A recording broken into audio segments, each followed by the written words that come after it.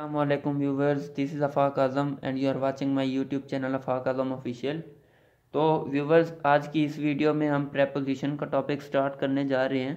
तो सबसे पहले हम प्रेपोजिशन की डेफिनेशन देख लेते हैं, उसके बाद हम टाइप्स ऑफ प्रेपोजिशन करेंगे।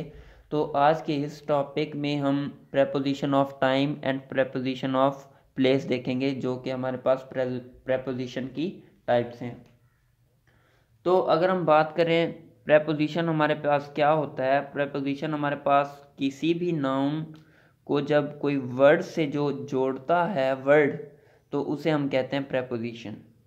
यानी आप ऐसे कह लें, किसी भी वर्ब और किसी भी नाउन जो ऑब्जेक्ट वाली जगह पे होगा, तो उसके दरमियान जो एक वर्ड आता है to clarify the meaning of sentence is known as preposition.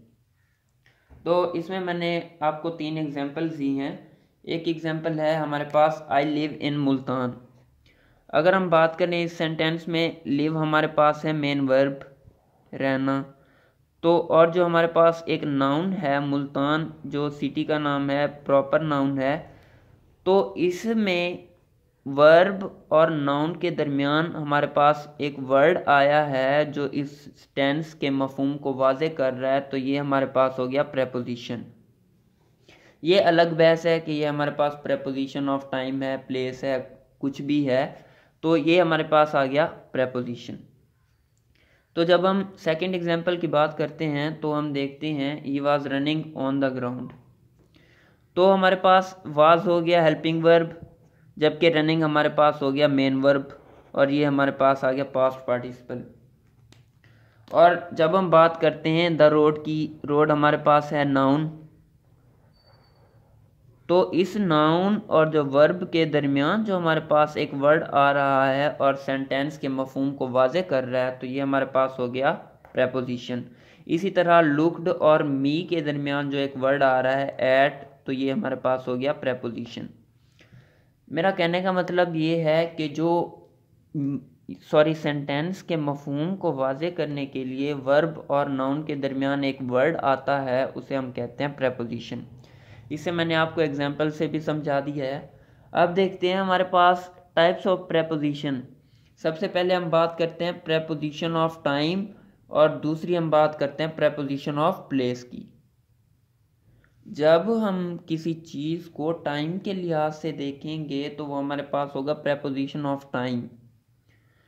तो प्रेपोजिशन ऑफ टाइम और प्रेपोजिशन ऑफ प्लेस हमारे पास सेम ही हैं इन, एट और ऑन। जब हम इसे सेंटेंस में यूज़ करते हैं तो ये हमारे पास प्रेपोजिशन ऑफ नाउन या प्रेपोजिशन ऑफ टाइम या प्रेपोजिशन ऑफ प्लेस की सेंस देते हैं।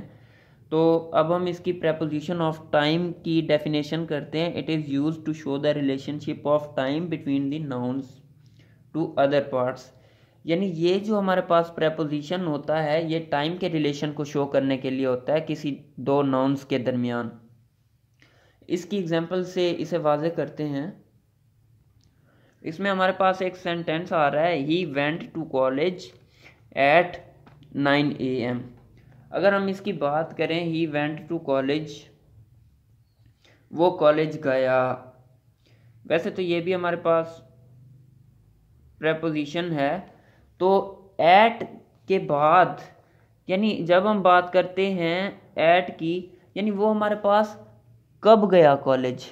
अगर हम ये बात कर रहे हैं कि वो कॉलेज गया, तो हमारे जहन में फटाफट ये सवाल आता है कि वो कब गया। तो हम इसको क्लैरिफाई करने के लिए इसके बाद हमने लगा दिया एट 9।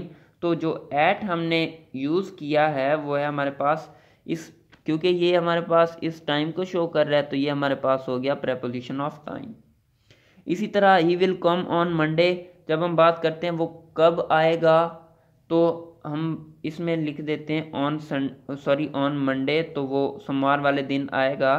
तो ये हमारे पास बेसिकली टाइम को शो कर रहा है कि वो किस दिन की बात कर रहा है।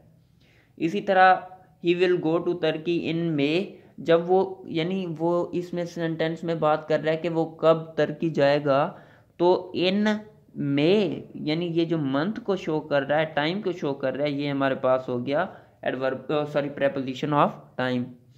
इसी तरह जब हम बात करते हैं प्रेपोजिशन ऑफ प्लेस की, ये किसी भी चीज़ को किसी भी चीज़ की प्लेस को आइडेंटिफाई करता है। फॉर एग्जांपल मैंने कलम किधर रखा, किस जगह पे रखा, ऊंचा रखा, किधर रखा। तो इन, एट और ऑन मैंने आपको पहले भी बताया, एडवर्ब ऑफ टाइम और एडवर्ब ऑफ प्लेस सेम ही है, लेकिन जब हम इसे सेंटेंस में यूज़ करते हैं तो इनका मीनिंग आइडेंटिफाई होता है। तो ये हमारे पास प्लेस के रिलेशनशिप को नाउन में सेंटेंस में यूज़ करने के लिए इस्तेमाल होते हैं। अब हम जब बात करते हैं द कैट वॉज रनिंग, बिल्ली दौड़ रही थी, तो कहाँ दौड़ रही थी? बिल्ली तो दौड़ रही थी, लेकिन कहाँ दौड़ रही थी? जब हमने इन द गार्डन लगाया तो इस सेंटेंस को जिसने वाजे किया, इन है हमारे पास, ये प्लेस को वेरीफाई कर रहा है गार्डन की। तो ये हमारे पास हो गया प्रेपोजिशन ऑफ प्लेस।